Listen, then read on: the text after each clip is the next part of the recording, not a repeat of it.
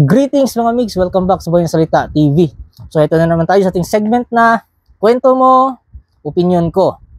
So kung kayo po ay may mga karanasan paranormal o di kaya spiritual talks, so pwede natin pag-usapan yan dito sa channel na ito. At bibigyan natin ng opinion o di kaya tignan natin kung meron tayong mapupulot na aral mula sa inyong karanasan na paranormal.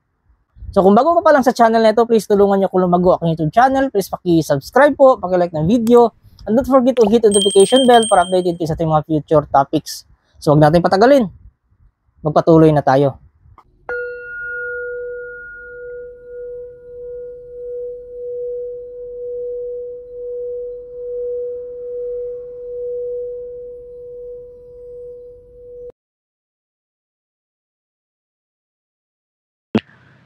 Ang unang kwento mga migs ay mula kay Vincent Lopez. Matagal ko ng subscribers tong taong to at kakilala ko na rin. Magandang hapon sa lahat. Share ko lang experience ko kahapon. Habang nakahiga po ako, biglang nagka-muscle cramps ang kaliwa kong binti. Masakit po talaga. Kumuha po ako ng lana tapos nilagyan ko ang kanang kamay ko. Tapos, binulungan ko ng Saint Benedict Latin Prayer ng 3 beses. At inihip sa kamay ko na may lana. Tapos, tinapik ko ng 3 beses sa parte ng binti ko na masakit. At maya ay unti-unting nawala yung sakit. Dito sa experience ni Vincent Lopez mga migs, sa palagay ko, hindi physical yung sakit niya. Yun ay may spiritual na involved. Siguro nakatisod ito or nakaapak ng mga lamang lupa o anumang elemento. Kaya binigyan siya ng sakit. Alam niyo kasi mga migs, pag physical yun, hindi yun magre-react ng ganun kadali. Hindi yun gagaling kung physical yun. Pag physical ang sakit mo, pumunta ka talaga sa doktor. Huwag tayong tumulad sa mga albularyo na pera-pera lang. Kahit physical yung sakit mo, pasasampaan ka. Orasyonan ka lang ng korona ng mundo, tapos magtatawag yan ng mga espiritu. Ipapasampa sa'yo, tapos ipit-ipit, aray-aray. So sabihin na nakulam ka. Pag physical ang sakit, pumunta talaga sa doktor. Ito nangyari sa kanya, spiritual yun. So ibig sabihin nun mga migs, kung kayo ay may spiritual na sakit at may pananalig kayo sa Diyos, hindi nyo na kailangan magbayad sa mga albularyo. Kaya nga, hindi ako nanggagamot. It's because gusto kong ituro sa lahat ng mga tao kung paano gamutin ang sarili nila sa sarili nilang pamamaraan. Itong si Vincent Lopez, matagal ko na itong subscriber at ayan, natuto kung paano diskartehan pag nagkaroon siya ng sakit na spiritual. So, hindi na siya nagbabayad sa albularyo.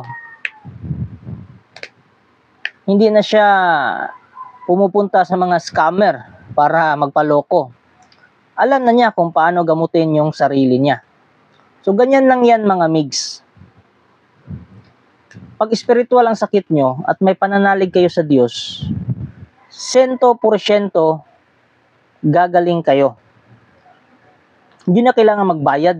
At saka, anong silbi ng pananampalataya nyo? Kung magbabayad lang kayo ng ibang tao para makipag-communicate sa Diyos, para pagalingin kayo, kayo mismo ang dapat lumapit sa Diyos. O kung sino man yung mga deity na sinasamba nyo para gumaling kayo. Ganyan. Yan yung purpose o yung vision ko. Kaya hindi ako nanggagamot. It's because gusto kong turuan ang bawat individual kung paano gamutin ang mga sarili nila para hindi na kayo gumastos. Sample na tong si Vincent Lopez. Okay tong taong to, ginamit yung utak niya.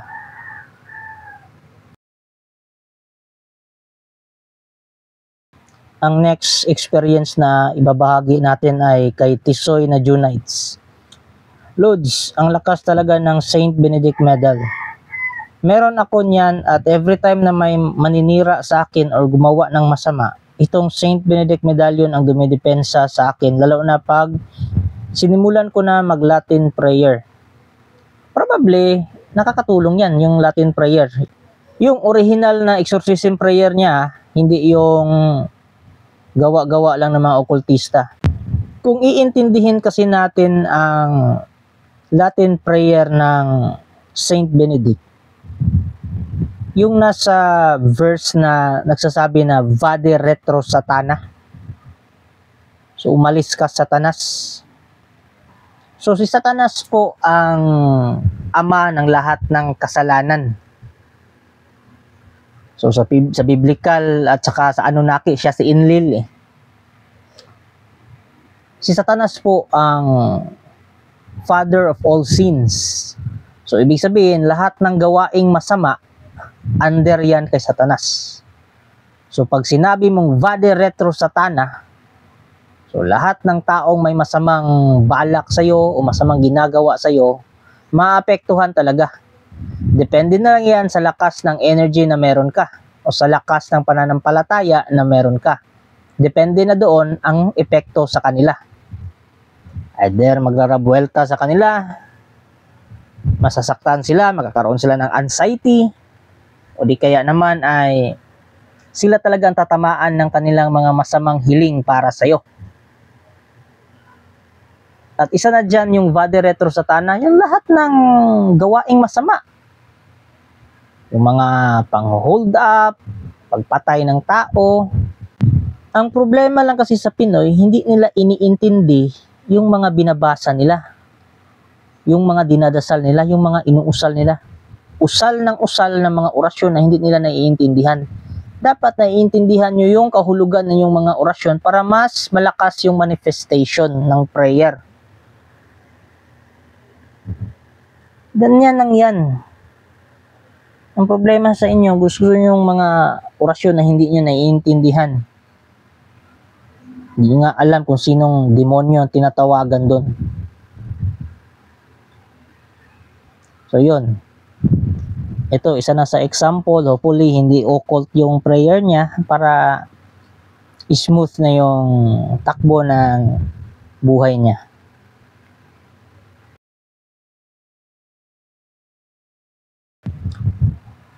Ang next na ibabahagi nating kwento ay mula kay Brian Alcantara. Sir, good evening po. Sa kwento mo po, sir, na may mapapaginipan ka na masama pag nag-prayer, layas talaga yan, sir. Sa akin, ng exorcist ni Saint Benedict, yung binabanggit ko. Bigla na lang akong nagising yan, sir. Kaya, ingat talaga sa mga occult na yan. Walang kwenta, kaya nga ginambala kami ng dahil dyan sa occult practitioner. Kaya mas mabuti talaga na magdasal ka, yung galing sa simbahan, ramdam mo yung gaan sa sarili. Buti na lang, sir, at nagpasalamat kami sa mga turo mo, sir. So yan, kay Brian, medyo magulo lang yung pagka-type niya. Siguro excited siya na i-share yung kanyang mga experiences. Totoo yan, ganyan talaga ako. Minsan na nga may nakaalitan ako sa TikTok. Gumagana orasyon nun kasi kinagabihan natulog ako, nakita ko siya sa panaginip eh. Kinukumbate niya ako. Yung sikmura ko, yun yung binibira niya. Sa panaginip ko, nakaprogram parati yan sa utak ko eh, na kapag may masamang panaginip, Saint Benedict prayer talaga yung inuusal ko. Yung exorcism prayer ng Saint Benedict, yung basag ng medalyon. Kaya yun yung ginawa ko. Marami siyang sinasambit ng mga Latin, na kung ano-ano. Ako, tuloy-tuloy lang din. So, ang nangyari, naglaho siya na parang usok sa panaginip ko. And then, nagising ako, 3 a.m. Simula nun, nag-browse ako sa TikTok, tinignan ko yung account niya. Wala na yung account niya. Nang-block na sa akin. Duwag. Sana ulitin niya yun para makatikim uli.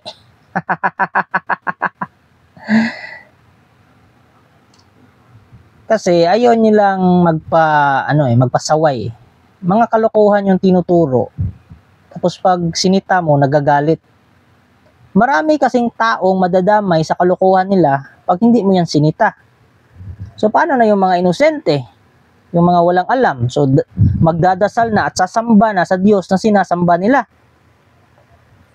Ang tanong dyan, Nakakapagpabigay ba ng kaligtasan yung Diyos na sinasamba nila?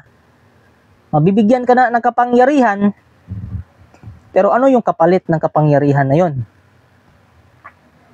So much better na safe yung dasal na ginagamit mo at alam mo ang mga kahulugan nito at kilala mo kung sino ang Diyos na sinasamba mo.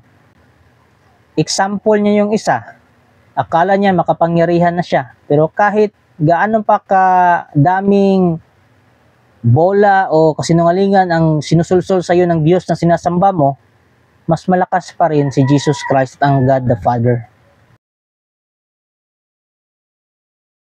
Ang next na kwento ay mula kay Evon James Balyad. Bro, Migs, may nakita ako sa TikTok, ang dami na nauto na tao doon sa Saint Benedict. Sabi, wag daw magpa-bless sa pare kasi wala daw magiging effect yon.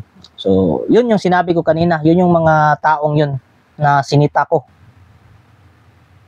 Tapos, may nag-comment. Hindi yung mismong account yung nag-comment, ibang account. Naggamit siya ng ibang account.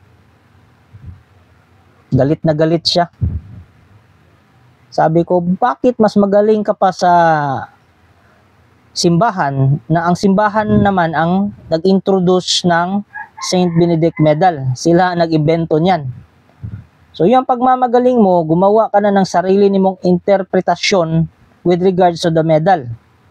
Kaya yan, sinasakyan na ng demonyo at iba na ang espiritu na tinatawagan mo.